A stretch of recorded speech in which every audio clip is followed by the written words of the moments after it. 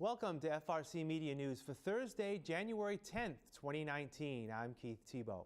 Well, it didn't take long for candidates to come forward looking to replace Mayor Jaso Correa in the upcoming recall election. We'll hear from two challengers. The community continues to step up to help those left homeless by the recent Four Winds apartment complex fire. And could Fall River be moving toward a change in how it governs itself? A task force will look at one option. But first, let's touch upon some of these items at our news headlines of the week. We bring in the editor at the Fall River Herald News, Lynn Sullivan. Welcome back, Lynn. How are you? Good, thank you. Welcome. Let's get right to the recall. It's funny, we talked a little bit before the show that, just a week ago, the City Council voted to move forward on the recall. Last Friday was the first day for candidates to take out nomination papers, those who'd like to challenge Mayor Correa in the recall election. It seems like it's been like forever, but it hasn't even been a week, and it's been a lot of action. Is that your experience as well? Yeah, I mean, we knew sort of from the last time that as soon as the clock started, we'd be off and running. So yeah, it's a lot of activity packed into a small amount of time. I mean, already, the last day to pick up your nomination papers would be next Thursday. So I mean, correct. You got to get moving on such a tight time schedule like this. But I don't know, it's an exciting time. Absolutely. As of right now, there are 6 candidates that have taken out nomination papers, at least as of earlier this week. 3 people you may know. One of them is Mayor Correa. He has taken out papers to run in the second half of that recall election if it were to take place. 2 other names that may be familiar to some: current school committee man Paul Coogan, and also former city councilor and school committee man Kyle Riley. Lynn, obviously, Paul Coogan currently on the school committee. Kyle Riley may have some name recognition from 15, 20 years ago, but he may still have some work to do to get some of that recognition back for some people, don't you think? Right. Well, I mean, it's tough. I mean, Paul Coogan worked at Derby. Imagine how many people from Fall River he's run across in his career. So yes, very, very popular politician. It's some interesting names coming up. So I mean, it definitely could put some pressure on the current mayor. So. We had the opportunity yesterday, actually, to speak to 2 of the challengers on the list, Paul Coogan and Kyle Riley. Let's first listen to my brief conversation and some highlights of my conversation with school committee man Paul Coogan. I think the city needed to move in a different direction. I consider myself a public servant. I've always worked in the schools, and I think it's time for a public servant to get people included in the process and open up government center for them. I actually thought about running last time, but I wanted to see how things played out because, obviously there was all kinds of stories swirling around, but that's not why I'm running. I'm running because I think I can do a lot better work helping the city of Fall River. Obviously, I'll work extremely hard for the citizens. I'll talk about my background, 27 years working in education in Fall River, my time at the State House, my degrees, and what I did for all the kids in the city is working as hard as I could every day. I think that's what people find out about me, and I am a very inclusive person. I fully intend to make sure that within the first 30 to 60 days, I want to visit every work site that we have in Fall River where our employees are. I want to talk to them. I want to connect with whether it's DPW, the police, fire. I want to get around and see who's on the ground and who's helping us to make Fall River a better place to live. And I will be out and about. The mayor's got to run his own campaign. He's got his own issues that he has to deal with, and we're all going to have our own also. But my position is going to be who's going to do a better job to help the citizens in Fall River and who's going to work harder than I am. I don't believe anyone will, and I think I can get this city back on the right track, instill some civic pride, and boost morale in our employees. That school committeeman Paul Coogan. Also last night, Kyle Riley officially kicked off his campaign. Let's hear from him. You see, this has never been an opportunity for me to get a job as mayor. It has been an opportunity to stand side by side with you and lead our community. It has been the years of teaching, coaching, community involvement, elected office, and the decades of being a dad that allows me to stand in front of you today and with confidence ask for your support. Together, we understand the potential in our city that is right in front of us. We just need to reach that potential and provide stability and leadership to ensure its longevity. I'm tired of waiting. I will propose a bold agenda starting with public safety. I will fight every day for our police, fire, and first responders who keep us safe on a daily basis. I will make sure that our men and women are supported with the right tools to do their jobs. We will need to work together to address the opioid epidemic in our community. We all have someone close to us that has been affected by addiction, and we all know how it affects the rest of us. I look forward to working with the superintendent of schools and the school committee to make sure our school system meets all of our children's needs. We need to show business leaders that Fall River is back on the right track and that our work ethic is second to none. If our friends and neighbors don't feel safe, if we don't address our citizens' needs and our children are not learning at their full potential, we are starting behind the 8 ball. Most importantly, I will fight for you. I will make sure the mayor's office listens and collaborates. I will do my part to assure that the elected officials have a voice in tackling these issues together and that there is civil debate that leads to positive results. That's Kyle Riley from some of his remarks addressing his supporters last night. Just to make sure that everyone's up to date, the other 3 candidates that have taken out nomination papers thus far: Louis C. Cabral, Aaron Elijah Ferreira, and Ronald Arthur Gagnon. Lynn, do we know anything about these individuals? I mean, I don't know much about them, Yeah. but this is an important thing. They have a very short amount of time to let the voters know about them and what their specific. I think voters are going to want specifics. What are their plans for the city? What will they do? This is somebody that's going to need to sort of have a very short learning curve, because they've got to get going and get to running the city ASAP. So right. It'll be interesting. Yeah, and as you mentioned, the last day for candidates to take out papers is actually a week from today, January 17th, and they need to be returned back to the elections office less than 2 weeks from now on January 22nd. So it'll be interesting to see how this all plays out, whether there'll be other people taking out nomination papers, and continue to follow FRC Media and, of course, the Herald News as we continue to work toward the election coming up on March 12th. Finally, Lynn, one other item that I'd like to bring up is the great outpouring of support that has come up from the community in response to the devastating fire of over a week ago at the Four Winds apartment complex. It looks like that the city is really coming together to help these 80 or so people who have been displaced. Isn't it amazing? I love when, I mean, I hate tragedy, but I love to see how willing people in Fall River are to help when something big like this happens. And it's just been, I mean, the volunteers, the business community coming forward, the cities working with all of these people. It's wonderful to see. And I mean, we've heard some very, very heartwarming stories, but also, you know, obviously it's a huge tragedy for some of these families. I know one of the families that my reporter Amanda had met, they had a child with autism, and I have a child with autism too, and I can't even imagine. They thrive on routine and everything being the same, and I can't imagine what this must be like for them. So I think, you know, these people will need some time to resettle and get back, rebuild their lives. So I hope, you know, that the effort continues, you know, until they need it, as long as they need it. Yeah, it's definitely going to take some time for a lot of the fundraising efforts to come to fruition, and then, you know, pass that along to the victims. So we'll continue to follow it, as I know the Herald News will as well. All right, Lynn, what's coming up over the next few days at the paper? Well, we're looking at see if there's any effects in the city of the government shutdown.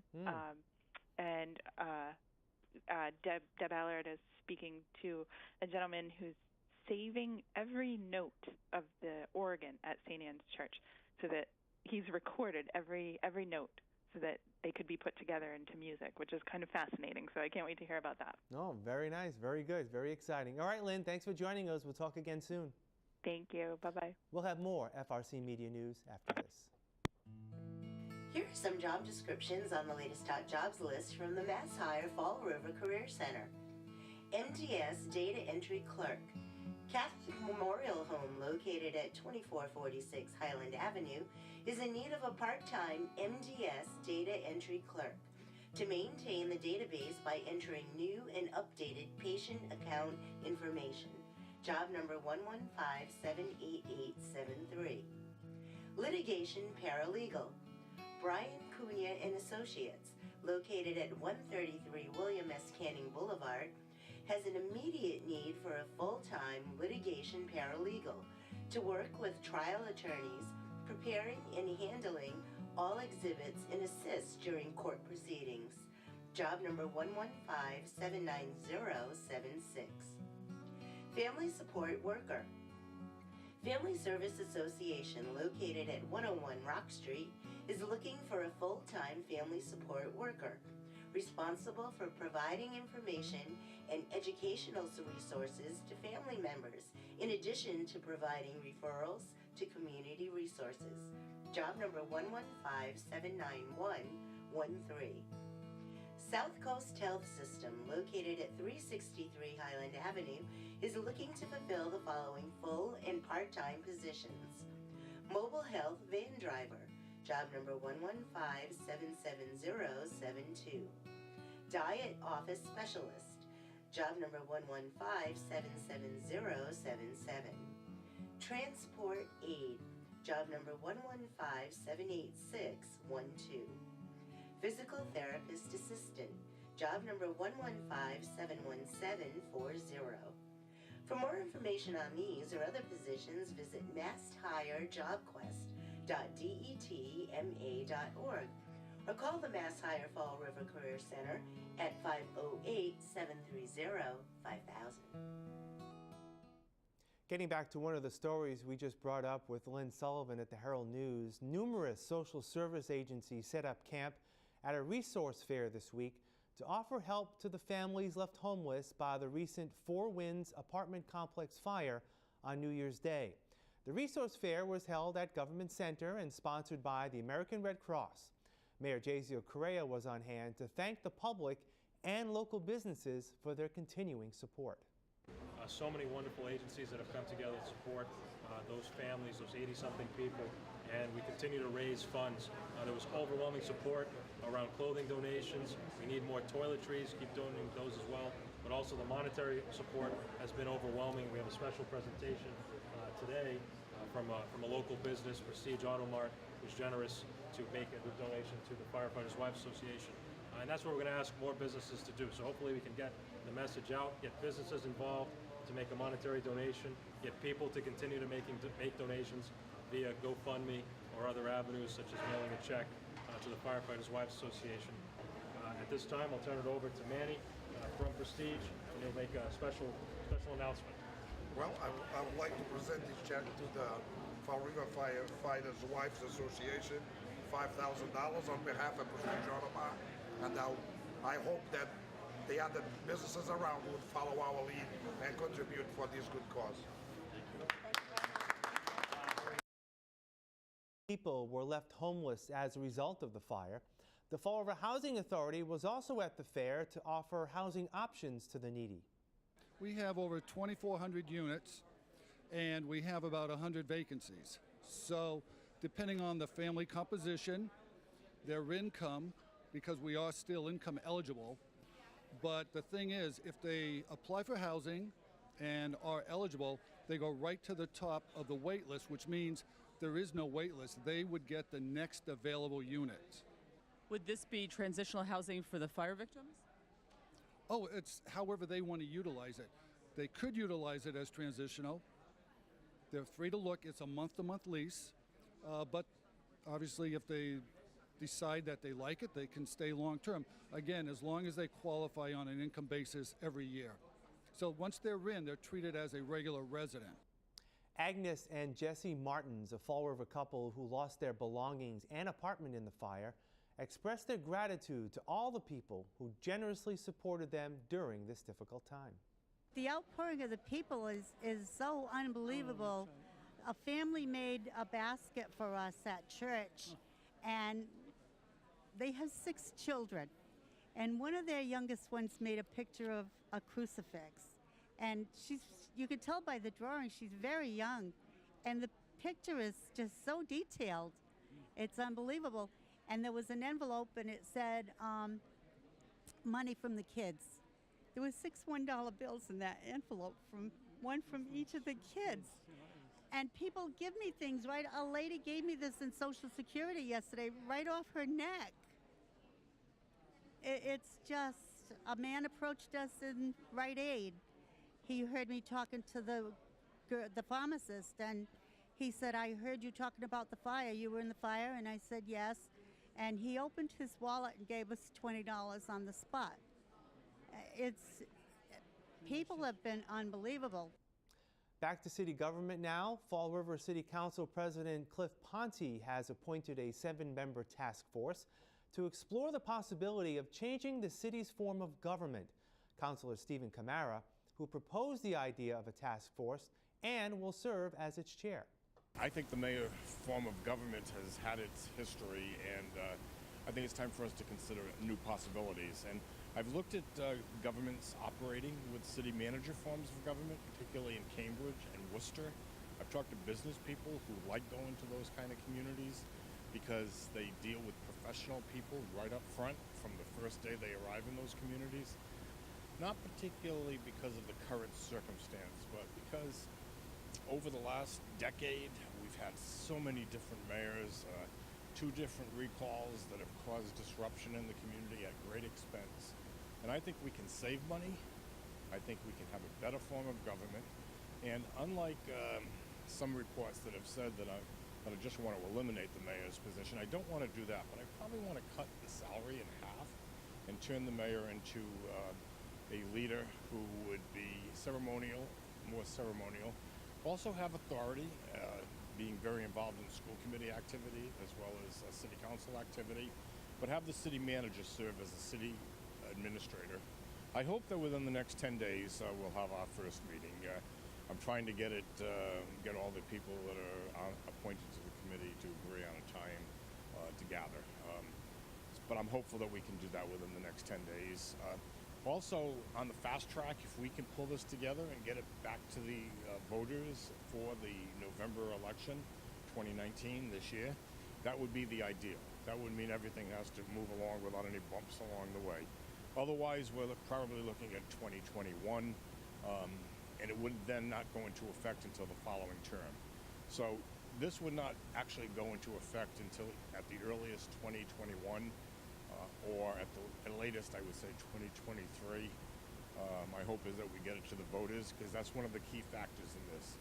There's a long process. The council has to approve it. The mayor has to forward it through the state legislators to the state legislature. The state legislature needs to approve it, needs to come back to the voters, and then the voters need to finally approve it at a regular city election. So at the earliest, November 2019 for a vote by the people. Probably more likely November 2021 by a vote of the people. City Councilor Stephen Camara, again, if it does look like that the task force will recommend changes, as he said, it must get approval from the City Council, Mayor, and State Legislature before it goes before the voters. The Fall River City Council approved a loan order this week for money to be used to purchase property around the city's bioreserve. We applied last year to the Community Preservation Committee to buy a couple of parcels of open space to add to the bioreserve, to continue our mission to protect water, our water supply, so forth. So there are 2 parcels that we're interested in acquiring on Indiantown Road and on Yellow Hill Road. And in order to get the funding for it, because it's a lot of money, the city is going to actually bond. The Community Preservation Committee is going to bond for a 10-year period of time. The loan order is simply a process by which we'll secure those funds, and the CPC over the course of years will pay those. And what is the purpose of buying the land? Well, it's to add conservation land to the bioreserve, to reduce the impact of further development, to protect the water supply, and to increase the overall mission of improving access and improving habitat. Which you have done from what we saw. Yes, we've been, since the bioreserve became a bioreserve in 2002, we've been steadily making improvements. We've been adding to the protected land and working with our bioreserve partners to do all of that. The loan order totals $750,000 for the acquisition of those 2 parcels. We'll have more FRC Media News after this.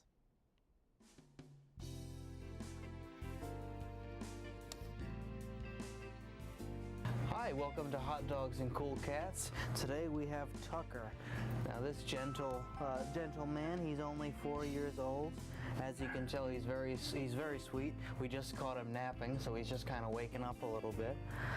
Very good boy. Like I said, he's kind of mellow energy.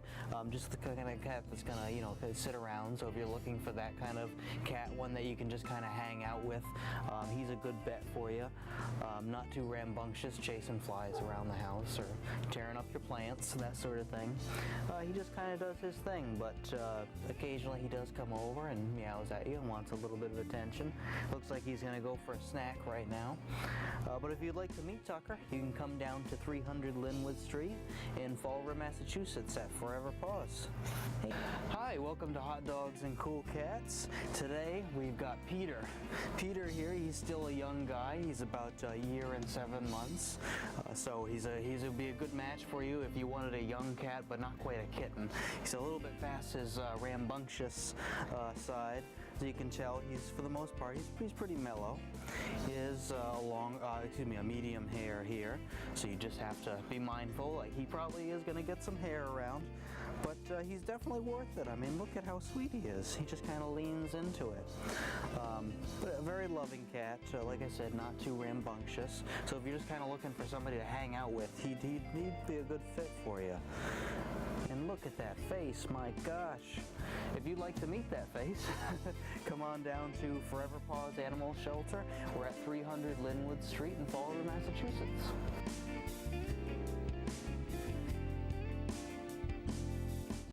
And finally this week, Greater Fall River residents who want to stay healthy and fit during 2019 have an opportunity to do so this weekend at this year's Fall River Fitness Challenge.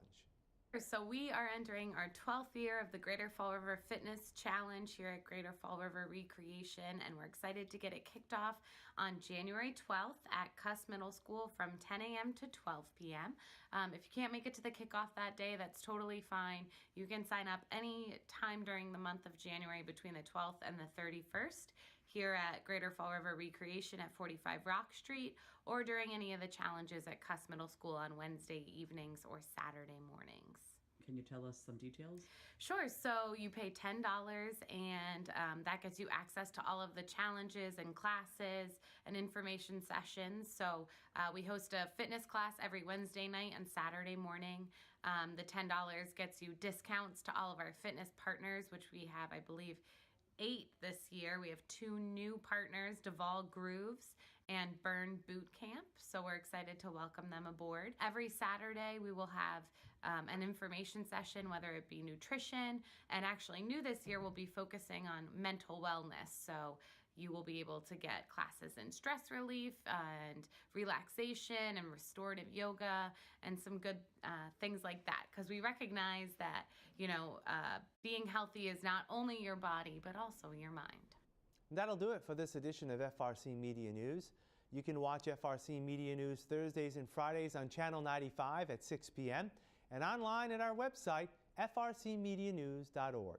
For all of us here at FRC Media News, I'm Keith Tebow. Thank you for joining us. Have a great week, and we'll see you next Thursday.